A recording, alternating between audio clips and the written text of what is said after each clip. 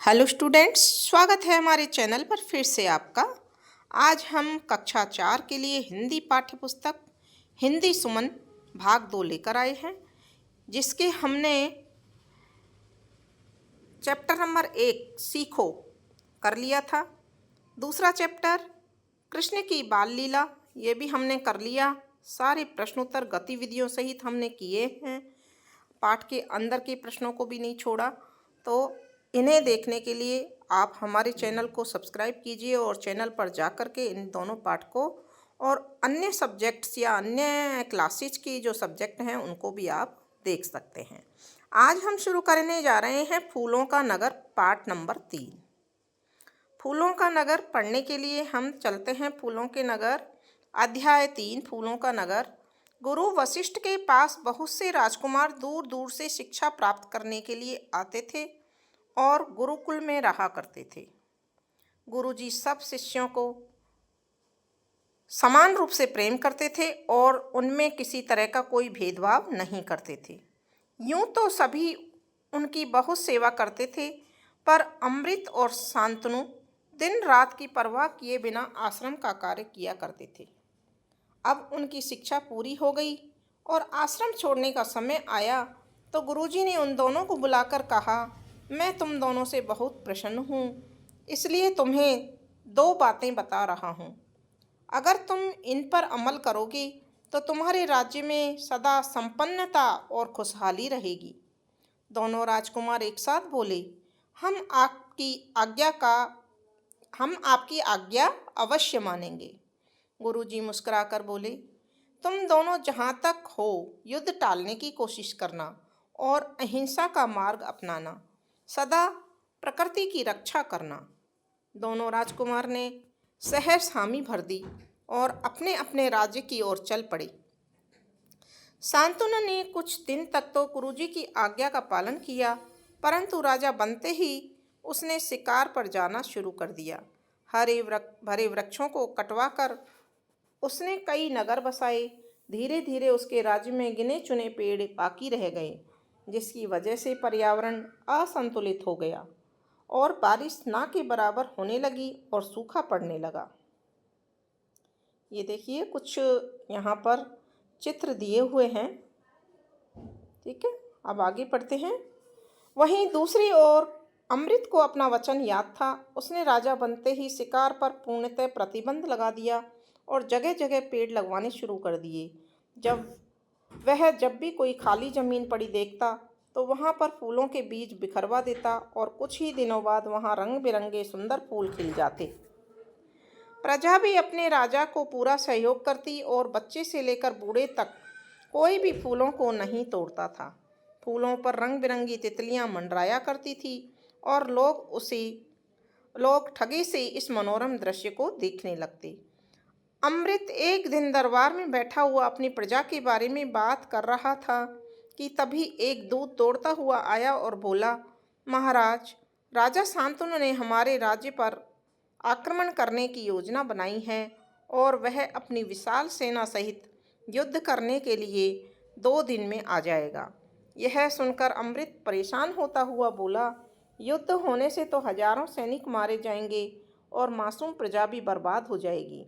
इस पर महामंत्री विनम्र शब्दों में बोला, परंतु महाराज, अगर हम युद्ध नहीं करेंगे तो वह हम सबको बंदी बना लेगा। यह सुनकर अमृत की मुख पर चिंता की लकीरें उभर आई और वह बिना कुछ कहे अपने कक्ष में चला गया। बिना कुछ खाए पिए वह सारी रात और सारा दिन सोचता रहा कि युद्ध को कैसे टाला जाए। सुबह की पहली किरण के साथ ही वह उठकर बगीचे में चला गया। रंग बिरंगे फूलों से लदे हुए वृक्षों को देखकर अचानक उसके मन में एक विचार आया। उसने तुरंत महामंत्री को बुलाकर अपनी योजना समझा दी। महामंत्री का चेहरा भी अमृत के साथ खुशी से खिल उठा। इसके बाद राजा आराम से सोने चला गया। शाम के समय राजा शांतनु ने राज्य की सीमा में अपने हजारों सैनिकों के साथ प्रवेश किया और नगर की खूबसूरती देखकर वह अचंभित रह गया। चारों तरफ हरे भरे पेड़ हवा के साथ झूम रहे थे। मोगरा, बेला और चमेली की कलियां चटक रही थी और चारों ओर भीनी भीनी सुगंध आ रही थी। मालती के गुच्छे लता के सहारे दीवारों पर चढ़े हुए बहुत ही सुंदर लग रहे थे। उसे कुछ पलों के लिए ऐसा लगा मानो वह फूलों के किसी जादुई संसार में आ गया हो। तभी उसके सेनापति ने कहा, महाराज, अब हमें आक्रमण करना चाहिए। हाँ हाँ, क्यों नहीं, कहता हुआ शांतनु आगे की ओर बढ़ा। जैसे ही सैनिकों ने तलवारें म्यान से निकाली और प्रजा को मारने के लिए आगे बढ़े, लाखों मधुमक्खियों ने उन पर धावा बोल दिया। अब उनकी तलवारें भी किसी काम की नहीं रही। मधुमक्खियों की पूरी सेना को डंक मार मार कर लूहलुहान कर दिया। वे जान बचाने के लिए वापस भागे। इसी बीच शांतनु को भी मधुमक्खियों ने चेहरे पर डंक मार दिए और उसका मुंह सूजकर गुब्बारे की तरह हो गया। अचानक उसका संतुलन बिगड़ गया और वह घोड़े से नीचे गिर पड़ा। उसका सिर किसी नुकीली वस्तु से टकराया और वह बेहोश हो गया। जब उसको होश आया तो वह अमृत के राजमहल में था और अमृत उसके माथे पर प्यार से हाथ फेर रहा था। उसकी आंखों की कोरों से आंसू बह निकले। वह रूंधे गले से बोला, मैं तुम्हें जान से मारने आया था और तुम्ही ने मेरी जान बचाई है। अमृत उसके आंसू पोंछते हुए बोला, मैंने हमेशा गुरुजी की सीख पर अमल किया है। अहिंसा ही मेरा धर्म है। यह सुनकर शांतनु शर्मिंदा होते हुए बोला, पर जब तुम्हें पता था कि मैं तुम पर आक्रमण करने वाला हूँ तो तुम अपनी सेना लेकर मुझसे युद्ध करने क्यों नहीं आए।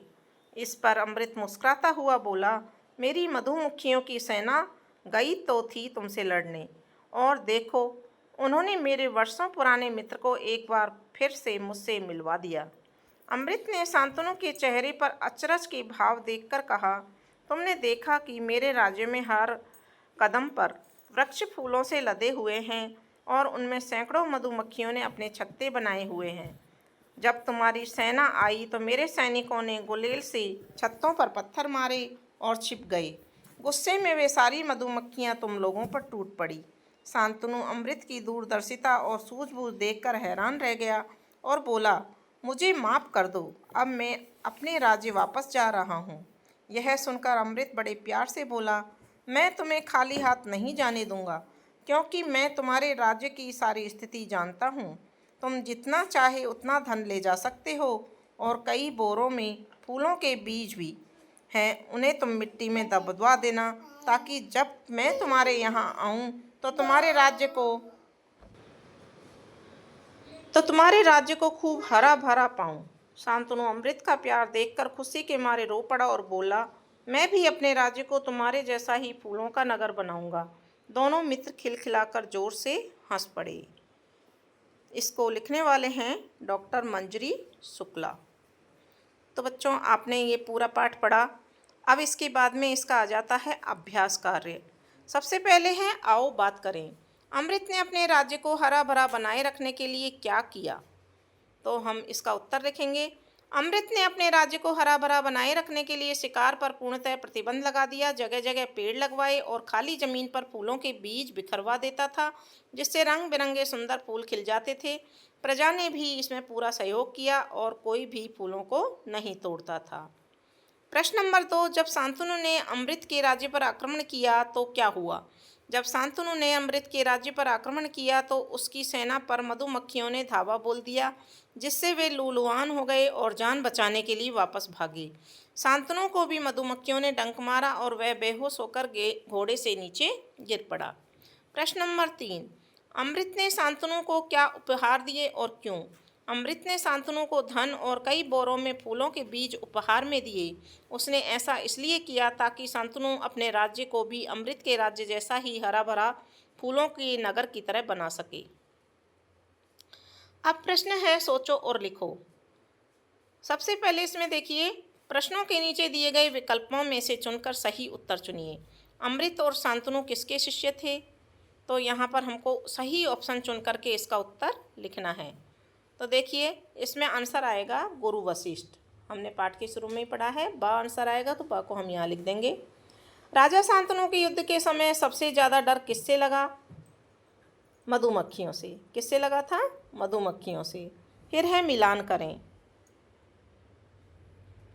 शांतनु को मिलान करेंगे जंगल कटवाए, अमृत को अहिंसा का पालन किया, गुरुजी को शिक्षा दी और मधुमक्खियों से सेना को हराया। अब अगला प्रश्न है, रिक्त स्थान की पूर्ति करें। गुरुजी ने अपने शिष्यों को अहिंसा का पाठ पालन करने की सीख दी। ठीक है। अमृत ने अपने राज्य में फूलों के बाग लगवाए। युद्ध के समय मधुमक्खियों ने सैनिक पर हमला कर दिया। अमृत ने शांतनु को धन और फूलों के बीज उपहार में दिए। अब है रचनात्मक प्रश्न। यदि आप अमृत की जगह होते तो युद्ध को रोकने के लिए क्या उपाय करते? तो उत्तर देखेंगे हम यहाँ। यदि मैं अमृत की जगह होता तो मैं भी युद्ध को रोकने के लिए शांतिपूर्ण और रचनात्मक उपाय अपनाता। मैं शांतनु के राज्य में जाकर उससे बात करने का प्रयास करता और उसे पर्यावरण संरक्षण के महत्व के बारे में समझाता। मैं उसे अपने राज्य में फूलों और पेड़ों के महत्व को दिखाता और उसे प्रेरित करता कि वह भी अपने राज्य में वृक्षारोपण करे। यदि आवश्यक होता तो मैं उसे आर्थिक सहायता भी प्रदान करता ताकि वह अपने राज्य को हरा भरा बना सके। मेरा मुख्य उद्देश्य युद्ध को टालकर दोनों राज्यों के बीच शांति और सद्भाव स्थापित करना होता। आगे प्रश्न है, कल्पना करो कि यदि शांतनु ने भी अपने राज्य में पेड़ लगवाए होते तो वहाँ की स्थिति कैसी होती? यदि शांतनु ने भी अपने राज्य में पेड़ लगवाए होते तो वहाँ की स्थिति अमृत के राज्य जैसी ही सुंदर और समृद्ध होती। शांतनु के राज्य में भी हरियाली होती, बारिश नियमित रूप से होती और सूखे की समस्या नहीं होती। पर्यावरण संतुलित रहता है जिससे प्रजा को स्वच्छ हवा और पानी मिलता। शांतनु का राज्य भी फूलों का नगर कहलाता, जहाँ रंग बिरंगे फूल खिलते और मधुमक्खियाँ मंडराती।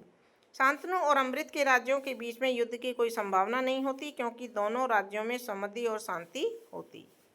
अब आती है भाषा की बात। निम्नलिखित वाक्यों में से क्रिया शब्द पहचानो। अमृत ने अपने राज्य में पेड़ लगवाए, तो यहाँ क्रिया शब्द कौन से हैं उनको हमको अलग से निकल के रखना, यहाँ लिखना है। तो यहाँ लगवाए। शांतनु ने जंगल कटवा दिए, यहाँ कटवा दिए। मधुमक्खियाँ ने सैनिकों पर हमला कर दिया, तो कर दिया आएगा। प्रजा अपने राजा को सहयोग करती थी, यहाँ करती थी आ जाएगा। ठीक है। फिर नीचे दिए गए शब्दों के विलोम शब्द लिखकर नए वाक्यों में प्रयोग करो। सुख, सुख का विलोम शब्द होगा दुख। जीवन में सुख और दुख दोनों आते जाते रहते हैं। जीत, जीत का विलोम शब्द है हार।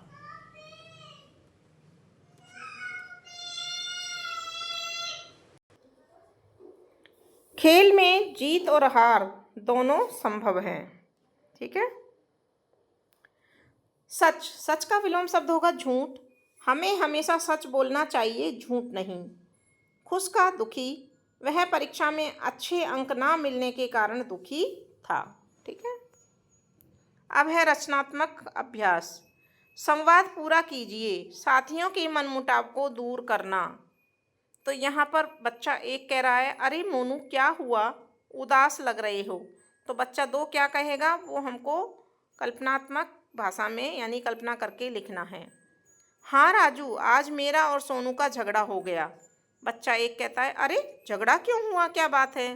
तो बच्चा दूसरा कहता है, हम दोनों एक ही खिलौने से खेलना चाहते थे और कोई भी छोड़ने को तैयार नहीं था।